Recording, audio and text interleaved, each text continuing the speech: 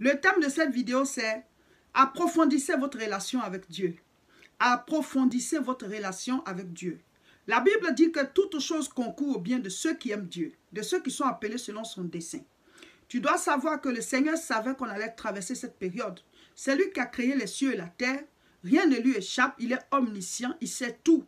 Il est omnipotent, il peut tout. Il est omniprésent, il est partout à la fois. Rien n'échappe au contrôle de Dieu.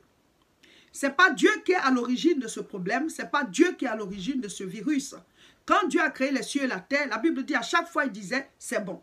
Il a créé, il dit, c'est bon. Il a créé, il dit, c'est bon. Mais pourquoi est-ce qu'aujourd'hui, nous trouvons des choses qui ne sont pas bien, nous trouvons des choses qui sont contre nous-mêmes, mais parce que l'homme a été créé libre.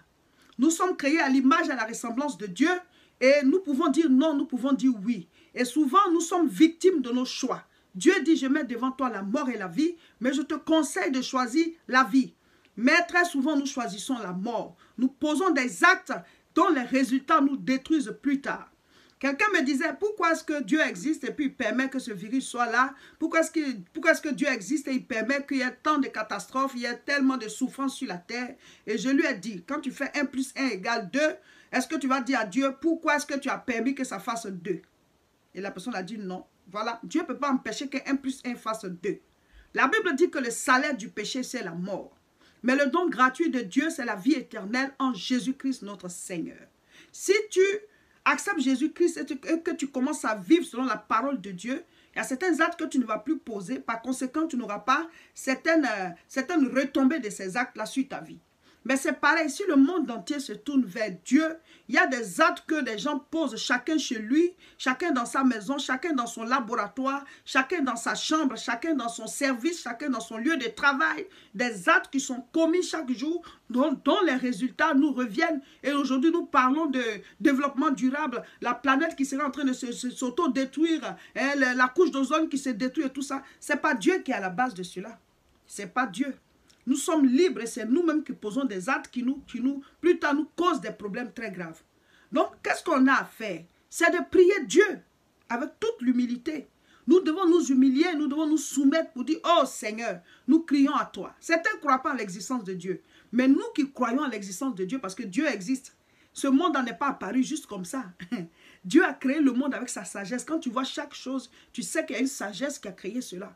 Et donc, nous, on ne peut pas dire que oui, le monde est apparu juste comme ça. Non, l'être humain est la création de quelqu'un. Et donc, nous qui croyons en Dieu, qui savons qu'il existe, c'est à nous de prier et c'est à nous de parler de Dieu autour de nous pour que les hommes, malgré leur intelligence, leur connaissance et tout ça, et qui ne connaissent pas Dieu, qui vivent comme ils veulent. Ils sont des êtres humains intelligents, mais qui commettent des actes abominables et qui attirent la malédiction, qui attirent ces genres de choses sur le monde. C'est à nous qui connaissons Dieu de leur parler de Dieu, de leur parler de l'amour de Dieu, de leur parler de la lumière. Parce que Jésus-Christ dit, je suis la lumière du monde. C'est les ténèbres sur cette terre. Pendant que la terre est éclairée, nous vivons dans les ténèbres, dans la méchanceté, dans la haine. Les gens qui s'entretuent, d'autres personnes se tuent elles-mêmes, des gens se causent eux-mêmes ils se causent du tort, chacun est dangereux pour lui-même et pour l'autre. La terre entière est dans les ténèbres. Nous avons besoin de la lumière de la vie qui est Jésus-Christ. Donc c'est à nous qui sommes la lumière du monde. Jésus a dit, vous êtes la lumière du monde. C'est à nous de prêcher l'évangile. C'est à nous de resplendir de la gloire de Dieu. C'est à nous de proclamer la parole pour que le monde entier puisse savoir qu'il y a un Dieu qui existe et qui nous aime dans les cieux et qui voudrait qu'on puisse se tourner vers lui. Amen. Le thème de cette vidéo, comme je l'ai dit, c'est approfondissez votre relation avec Dieu. Nous sommes dans une crise mondiale, nous sommes dans une détresse mondiale où chaque jour il y a des morts, les gens meurent tous les jours. Et donc, comment est-ce que nous utilisons ce temps? Comment est-ce que tu utilises ce temps? Il y a des pays où les gens sont en confinement, chacun chez lui. Il y a des pays qui n'ont pas encore déclaré le confinement. Et il y en a aussi qui sont en quarantaine parce qu'ils viennent d'un voyage et donc on les met en quarantaine. Chacun est en train de vivre une histoire vraiment personnelle, individuelle par rapport au Covid-19. Et il y a des familles qui sont vraiment touchées. Il y en a qui ont perdu même 2 personnes. Et il y a des familles où tout le monde est atteint. C'est une détresse mondiale. C'est tout ce qu'on peut dire. Donc, dans cette situation-là, mon frère, moi, je veux te dire, approfondis ta relation avec Dieu. Approfondis ta relation avec Dieu. Et parle de Dieu autour de toi. communique la vie de Dieu, communique le salut, communique l'espoir, communique l'espérance. Et pendant ce temps, ça dit protège ta vie, applique les règles d'hygiène. Parce que certaines personnes croient que comme tu crois en Dieu, tu ne dois pas poser certains actes physiques et donc tu dois exposer ta vie. Non. Dieu fait l'impossible. Mais toi, tu fais le possible. Dieu fait ce que tu ne peux pas faire. Toi, tu fais ce que tu peux faire. Amen. Donc, toi, tu as tes actes à toi à poser et Dieu a ses actes à lui à poser. Je vais lire. Jean chapitre 10, le verset 9. Jésus dit quoi? Je suis la porte. Celui qui entre par moi sera sauvé. Il entrera et il sortira et il trouvera de verts pâturages. Mon frère, ma soeur, Jésus dit qu'il est la porte. Amen. Donc, quand tu acceptes Jésus-Christ, tu fais ton entrée. Mais ton entrée où? Ton entrée dans le royaume de Dieu. Jean chapitre 3, à partir du verset 3, Jésus a dit à Nicodème, si un homme ne naît de nouveau, il ne peut voir le royaume de Dieu. Donc le royaume de Dieu est là, mais on ne le voit pas. On entre en contact du royaume de Dieu. On ne voit le royaume de Dieu que quand on est né de nouveau. Quand on a vécu la naissance de l'esprit. Au départ, nous sommes nés de notre père et de notre mère. C'est la naissance de la chair. Donc nous sommes fils de l'homme. Maintenant, tu dois devenir fils de Dieu.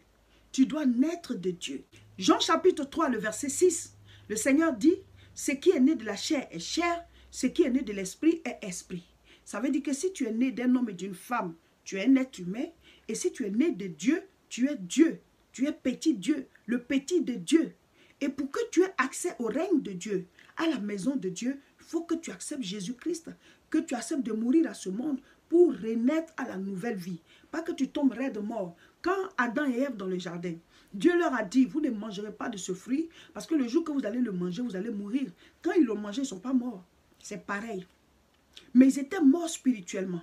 De cette même manière, le Seigneur te dit, si tu es né de nouveau, tu meurs à ce monde et tu vas naître à la vie de Dieu. Ce n'est pas que tu vas tomber raide mort, mais il y a une vie qui va mourir en toi et une autre vie va naître. La vie de l'esprit, la vie de la vie de la révélation de Dieu, la vie du contact avec le Dieu de la vie. La vie qui fait que désormais, tu as en toi la vie éternelle, cette vie qui n'a pas de fin, cette vie qui ne périt point. Amen. Bien-aimés frères et sœurs, approfondissez votre relation avec Dieu. Donc quand tu acceptes Jésus-Christ, tu es passé par la porte. Donc maintenant tu es dans le royaume. Mais dans le royaume, on n'a pas tous le même niveau. C'est pour ça que je te dis, approfondis ta relation avec Dieu. Jésus dit, Jean chapitre 8, verset 12, il dit, je suis la lumière du monde. Celui qui me suit ne marchera pas dans les ténèbres, mais il aura la lumière de la vie. Donc, quand tu reçois Jésus-Christ, tu reçois la lumière en toi. Mais cette lumière, tu dois la faire grandir. Donc, au départ, tu es dans les ténèbres. Au départ, nous étions dans les ténèbres. Et nous recevons Christ, qui est la lumière du monde. Donc maintenant, on est né de nouveau. Maintenant, Jésus est qui? Jésus, c'est la parole faite chair.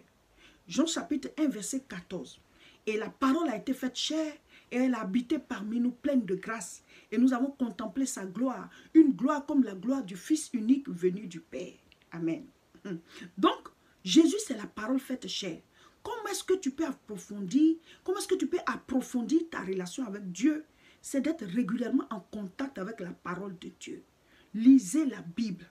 Lisez la Bible. Je le dis encore, lisez la Bible. Si tu ne sais pas lire, il faut prendre la Bible audio. Tu mets et tu écoutes. Faites un effort pour retenir des passages bibliques. Vivez avec les passages bibliques. Il a dit dans Josué chapitre 1 verset 8 que ce livre de la loi ne s'éloigne point de ta bouche. Médite-le jour et nuit, car c'est ainsi que tu auras du succès dans tes entreprises. C'est ainsi que tu réussiras. Amen. Méditez la Bible, lisez la parole. Pour vous qui êtes confinés, vous qui ne devez pas sortir présentement, parce qu'il y a des pays où on est en confinement, tel qu'en France, tel qu'en Italie, la Chine, ils ont commencé depuis longtemps, présentement ils sont en train de relâcher un peu. Donc quand tu es enfermé comme ça, et que tu dois réduire tes déplacements, à quoi est-ce que ce temps-là va te servir? à approfondir ta relation avec Dieu. Ne passez pas votre temps à regarder que les films. Ne passez pas votre temps sur les portables, en train de causer à longueur de journée. La personne à qui tu es en train de raconter ta vie, elle n'aura pas de solution pour toi. C'est l'occasion pour vous de terrasser les différents Goliaths, les maladies qui sont dans votre corps. C'est de combattre spirituellement. Les oppositions à votre évolution dans la vie, c'est de combattre spirituellement. Les problèmes de foyer, de couple, c'est de combattre spirituellement. Et de resserrer vos liens de famille avec ceux avec qui vous êtes dans votre maison. Mon frère, ma soeur, tu dois approfondir ta relation avec Dieu par ta vie de prière, par la méditation de la parole, l'obéissance à cette parole. Amen. 2 Corinthiens chapitre 3, le verset 18. Nous tous dont le visage couvert reflète la gloire du Seigneur, nous sommes transformés en la même image de gloire en gloire par l'Esprit du Seigneur. Quand je dis approfondissez votre relation avec Dieu, ça veut dire que votre communion, votre vie de prière, de méditation de la parole, d'obéissance à la parole doit chaque jour grandir. Vous devez vous approcher de plus en plus du Seigneur. Cela va approfondir votre relation avec Dieu. Vous voyez, dans une maison, tous les enfants n'ont pas le même âge, ils n'ont pas la même nourriture spirituelle, ils n'ont pas le même entretien. Voilà. De la même manière, dans la maison de Dieu, nous n'avons pas le même âge spirituel. Et l'âge spirituel dans la maison de Dieu ne dépend pas du temps que tu as fait dans la maison de Dieu, mais de la révélation que tu as de Dieu. Amen. C'est pour cela que je te dis, approfondis ta relation avec Dieu. La Bible nous dit que chaque fois que nous sommes en présence de Dieu, nous sommes transformés de gloire en gloire. Amen. La gloire qu'a le Fils, un certain fils n'a pas la même gloire que l'autre fils. Ça dit que ça dépend de la relation que chaque fils a avec le Père. Ta relation avec le Père définit ton niveau de gloire. Maintenant, à quoi sert le niveau de gloire? C'est l'impact que tu as sur cette terre. Le nom de Jésus-Christ n'a pas le même effet d'une bouche à l'autre. Celui-ci va prier tout de suite, il y a le résultat. Celui-ci va prier tout de suite, il y a le miracle. Mais l'autre aussi va venir, il va dire le même nom de Jésus, mais il n'y a pas le même résultat. Lui va passer plus de temps parce qu'ils n'ont pas le même niveau de gloire. Amen. Plus la lumière grandit en toi, plus la gloire de Dieu grandit en toi. Plus la parole grandit en toi, plus la gloire de Dieu grandit en toi, plus ton impact grandit. Amen. C'est comme dans l'armée, on n'a pas les mêmes grades, vous comprenez? Dans le monde spirituel, plus ta relation avec Dieu est profonde, plus tu as de l'impact spirituel, plus ce que tu dis a de l'impact. Donc pour vous tous qui êtes confinés, utilisez ce moment pour approfondir votre relation avec Dieu. Approfondissez votre relation avec Dieu.